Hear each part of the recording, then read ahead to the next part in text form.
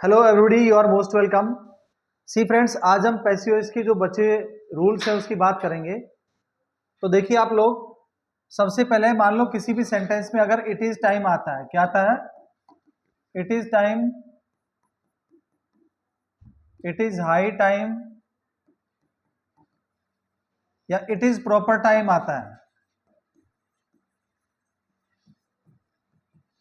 या it is proper time आता है, तो इन सभी शब्दों के बाद 2 प्लस V1 प्लस ऑब्जेक्ट और एडवर्बियल्स आता है।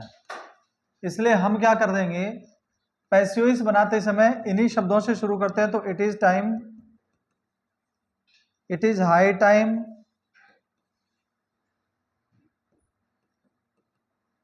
और इट इज प्रॉपर टाइम से ही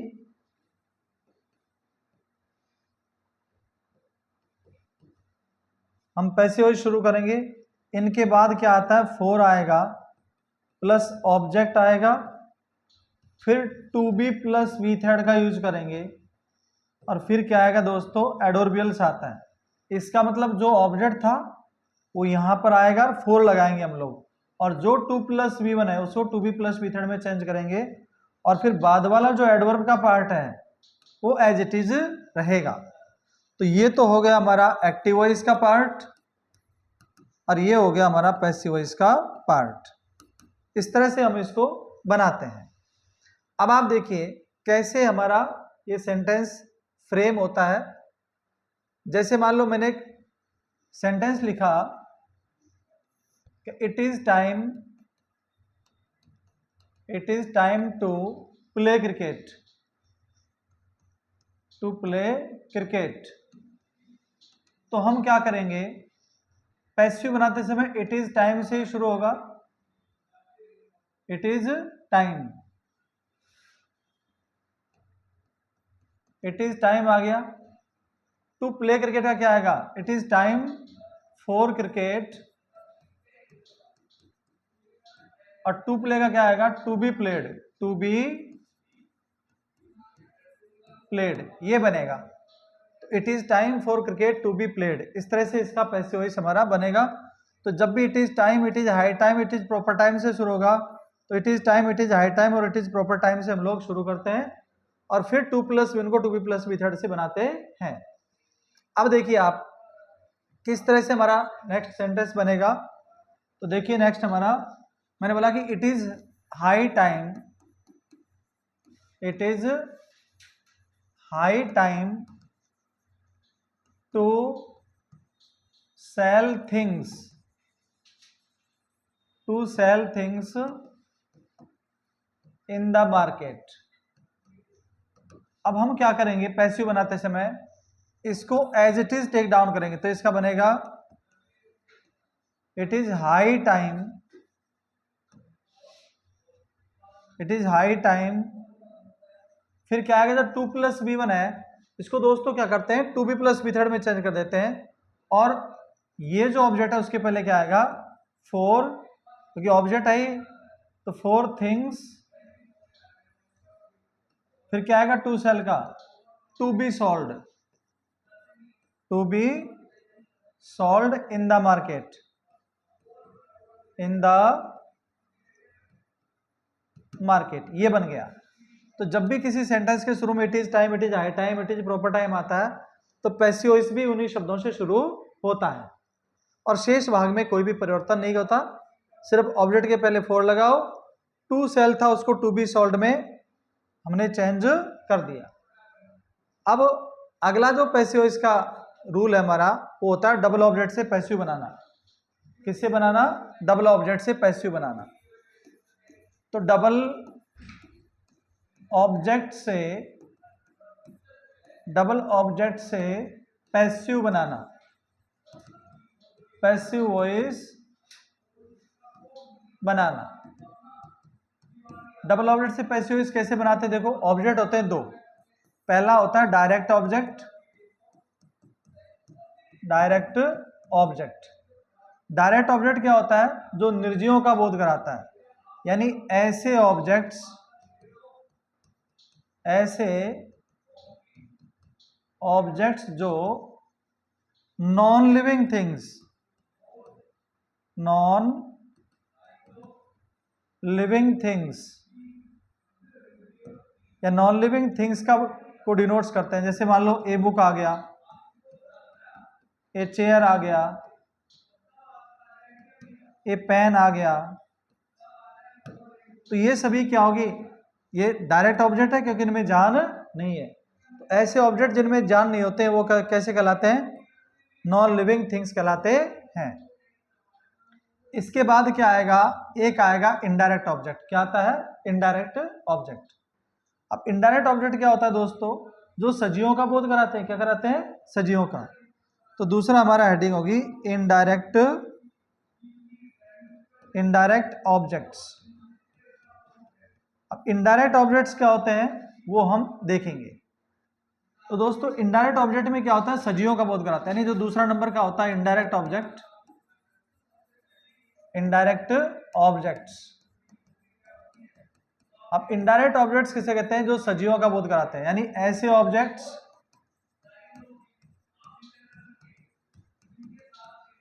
ऑब्जेक्ट्स जो सजीवों का बोध कराते हैं,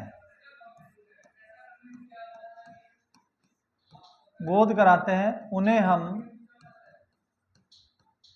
क्या कहते हैं, इनडायरेक्ट ऑब्जेक्ट्स कहते हैं। जैसे मी आ गया, अस आ गया, यू आ गया, हिम, हर, दैम, राम, राधा। इसका मतलब ऐसे ऑब्जेक्ट जो सजीवों का बोध कराते हैं उन्हें क्या कहते हैं, इनडायरेक्ट ऑब्जेक्ट कहते हैं।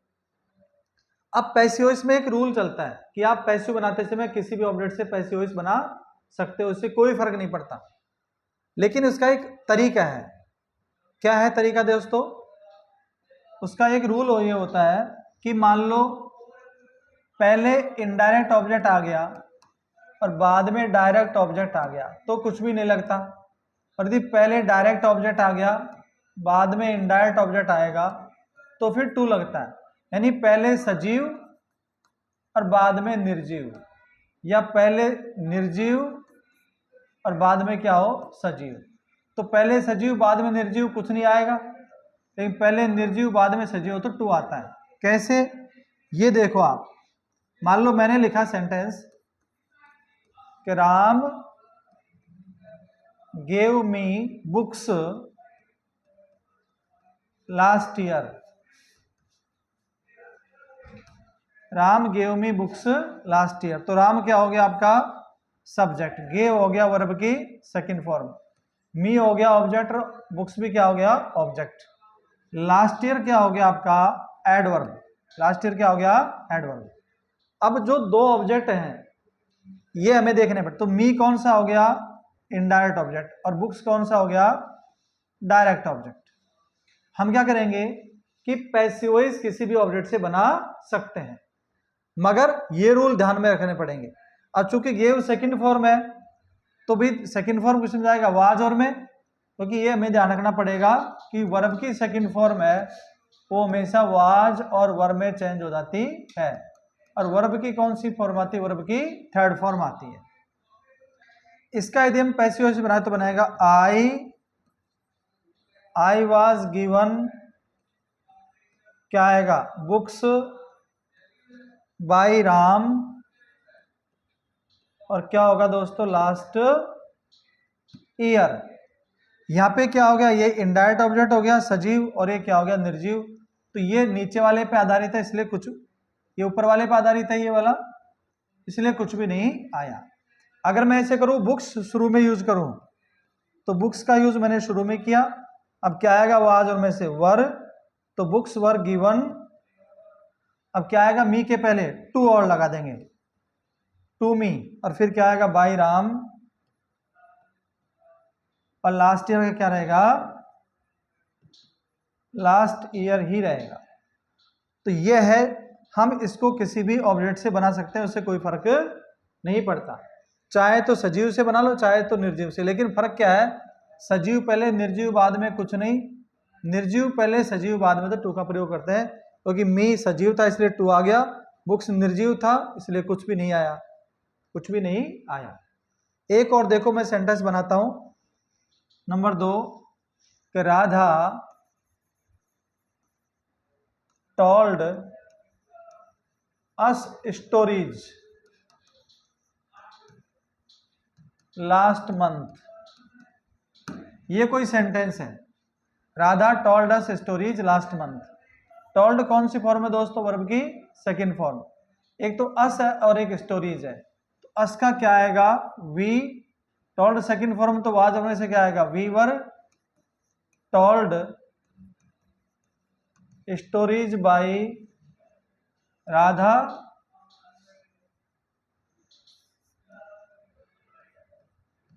और क्या आएगा? Last month. दूसरा क्या आता है, इसको और में करेंगे, स्टोरीज,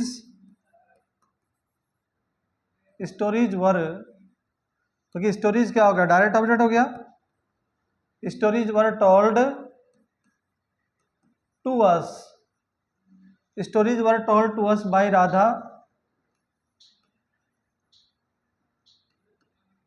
और लास्ट मंथ, और क्या आएगा? Last month. इस तरह करके हम इसको बना सकते हैं। मतलब हम किसी भी ऑब्जेक्ट से पैसिव वॉइस को शुरू कर सकते हैं, उससे कोई फर्क नहीं पड़ता है। अब देखो एक और हम सेंटेंस लिखते हैं, जैसे Radha teaches, Radha teaches us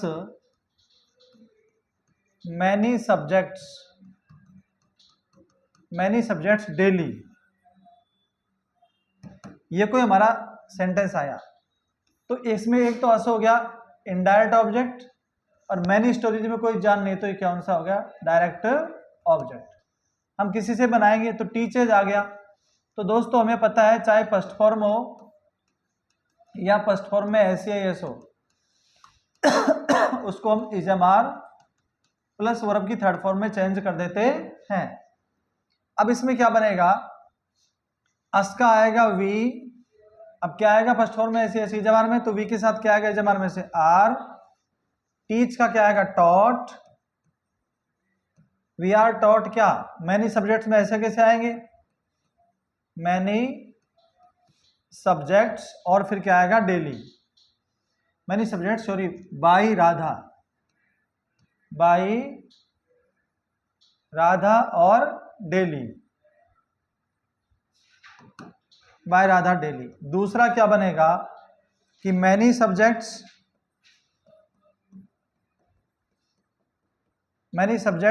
are taught, many subjects are taught to us by us, to us by us, नहीं बाय राधा, और क्या आएगा? डेली। तो ये था हमारा डबल ऑब्जेक्ट से क्या पैसिव वॉइस बनाना। इस तरह करके हम इसको पैसिव वॉइस को बना सकते हैं, और भी इसके अंदर रूल्स हैं जो भी हम देखेंगे। वो है हमारा, देखो अगर मान लो किसी भी वाक्य में कोई भी अधिकार के भाव को व्यक्त करने वाली क्रियाएं आती है, यानी ये सब्जेक्ट आ गया, has, have, had, possessed, hold या कंटेन। अगर इन वर्ब में से एक भी आती है और इसके बाद आता है ऑब्जेक्ट, फिर 2+V1 आता है, एडवर्बियल्स आता है, तो हम क्या करेंगे? इस यहां तक के भाग में तो कोई चेंज करेंगे नहीं, ऐसे कैसे लिखेंगे? और फिर क्या आएगा? जो 2+V1 है उसको सिर्फ 2B+V3 और एडवर्बियल्स में हम लोग चेंज कर देते हैं। अब कैसे इसको चेंज करते हैं, कैसे पैसिव बनेगा, वो हमें देखना है, क्योंकि ये सभी क्या है? अधिकार के भाव को व्यक्त करने वाली क्रियाएं हैं। ये सभी क्या है? वर्ब्स ऑफ पोजेशन है दोस्तों। ये वर्ब्स ऑफ पोजेशन यानी अधिकार के भाव को व्यक्त करने वाली क्रियाएं हैं। करने वाली क्या है? ये क्रियाएं। तो ये सारी क्या होगी? वर्ब्स ऑफ पोजेशन होगी। तो इनमें कोई परिवर्तन नहीं करता। कैसे नहीं होता? देखो, मैंने एक वाक्य लिखा, एक सेंटेंस लिखा मैंने कि I have many books to sell in the market. I have many books to sell in the market. तो इसका बनेगा I have many books to be sold in the market. तो I have many books to be sold in the market, इसमें कोई change नहीं होगा। अब देखो नेक्स्ट है मेरा कि Gopal had a lot of things to purchase from there। ये कोई सेंटेंस है। अब इसका पैसिव कैसे बनेगा दोस्तों? ये सब्जेक्ट हो गया, ये हेड हो गया, ये ऑब्जेक्ट हो गया। तो यहां तक के भाग में तो कोई चेंज होगा ही नहीं, क्योंकि जब भी यहाँ हैज या हैड, पजेस्ड या कंटेन वर्ब आती है तो इस वाले भाग में कोई परिवर्तन नहीं होता। परिवर्तन केवल टू प्लस वी को to be plus V third में ही चेंज करते हैं, और में कोई चेंज नहीं होता। जैसे मान लो, तो इसका कैसे बनेगा? Gopal had a lot of things. अब क्या करेंगे? टू परचेज को टू बी परचेज्ड, सिर्फ टू बी परचेज्ड कर देंगे, और फ्रॉम देयर में कोई चेंज नहीं होगा। तो कुछ नहीं चेंज होता। जब भी पोजेशन के लिए आएंगे तो सिर्फ टू प्लस वी को to be plus V third में चेंज करते हैं। और एक और वाक्य इसका लिख लेते हैं हम। वो देखो, जैसे मान लो ये आ गया कि राधा possessed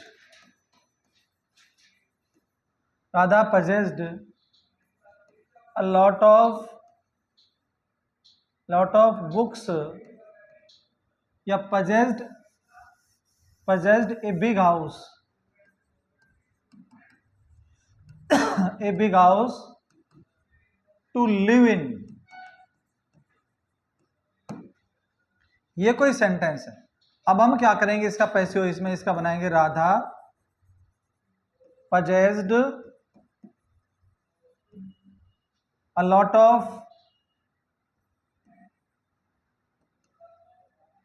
big houses। अब टू लिव क्या करेंगे? टू बी लिव्ड, बस टू बी लिव्ड इन, इतना चेंज किया। तो जब भी ये सारी वर्ब्स हमें देखना पड़ेगा कि जब भी अधिकार के भाव को व्यक्त करने वाली वर्ब्स आएंगी तो उसमें तो कोई चेंज होगा नहीं, और सिर्फ लास्ट वाले पार्ट में हम लोग चेंज कर देते हैं। अब आप देखो, फिर एक और जो रूल है वो करा देता हूं। देखो, मान लो किसी भी रूल मैं लिख रहा हूं। देखो, यदि किसी भी वाक्य के शुरू में, किसी भी वाक्य शुरू में, यदि किसी भी वाक्य शुरू में somebody, everybody, everyone, each one, no one, या फिर पीपल आदि शब्द आते हैं, तो आदि शब्द आते हैं तो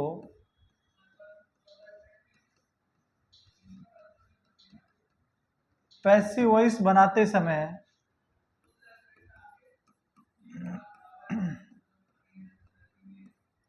इन्हें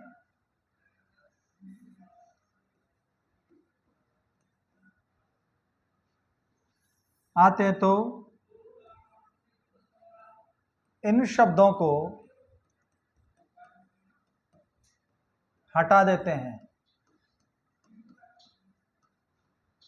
अब कैसे हटा देते हैं? जब भी somebody आ गया, एवरीबडी आ गया, एवरीवन आ गया, ईच वन, नन, पीपुल आता है तो इनको क्या करते हैं हम लोग?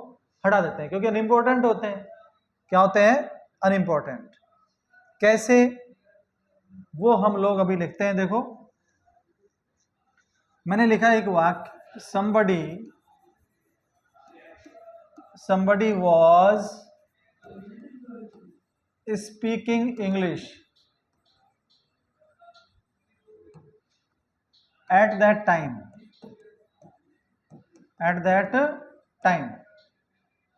अब इसमें somebody आ गया तो इसका आएगा इंग्लिश। अब क्या आएगा? was और में से was, स्पीकिंग आ गया तो क्या आएगा? बीइंग। अब थर्ड फॉर्म क्या आएगी? क्योंकि आईएनजी आ गई तो बी लिख लिया करो, बीइंग में आईएनजी बीइंग हो गया तो was being spoken by। अब by आएगा ही नहीं क्योंकि somebody है ना, तो इसको तो हम लोग क्या कर देंगे? हटा देंगे। स्पोकन में क्या आएगा? Spoken English. और एट दैट टाइम में कोई परिवर्तन नहीं करते हैं, एट दैट टाइम। तो जब भी somebody आए, पीपुल आए, तो इन शब्दों को क्या करते हैं? पैसिव बनाते समय हटा देते हैं।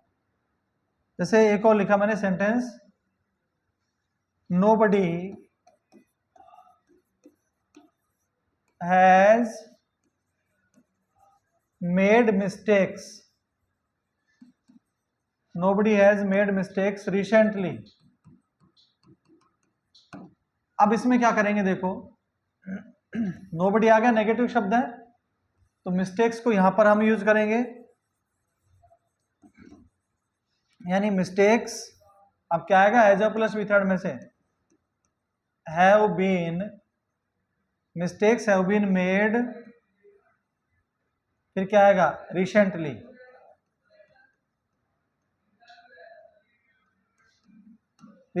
लेकिन चूंकि नोबडी नेगेटिव है, जब भी यहां नेगेटिव शब्द आता है तो फिर हम पैसिव बनाते समय हेल्पिंग वर्ब के बाद क्या आएगा? नॉट। तो mistakes have not been made, have not been made, ऐसे आएगा। अब जैसे एक और है, people play cricket here, people speak English, people speak English in our country, यानी हमारे देश में लोग क्या करते हैं? अंग्रेजी बोलते हैं। अब हम क्या करेंगे? पीपुल को हटा देंगे, बोले अनइम्पोर्टेंट है तो क्या होगा? इंग्लिश। अब स्पीक कौन सी फॉर्म है? फर्स्ट फॉर्म, तो बी का फर्स्ट फॉर्म क्या होता है? इजमार। तो इंग्लिश साथ क्या आएगा? इजमार में से इज, इंग्लिश इज स्पोकन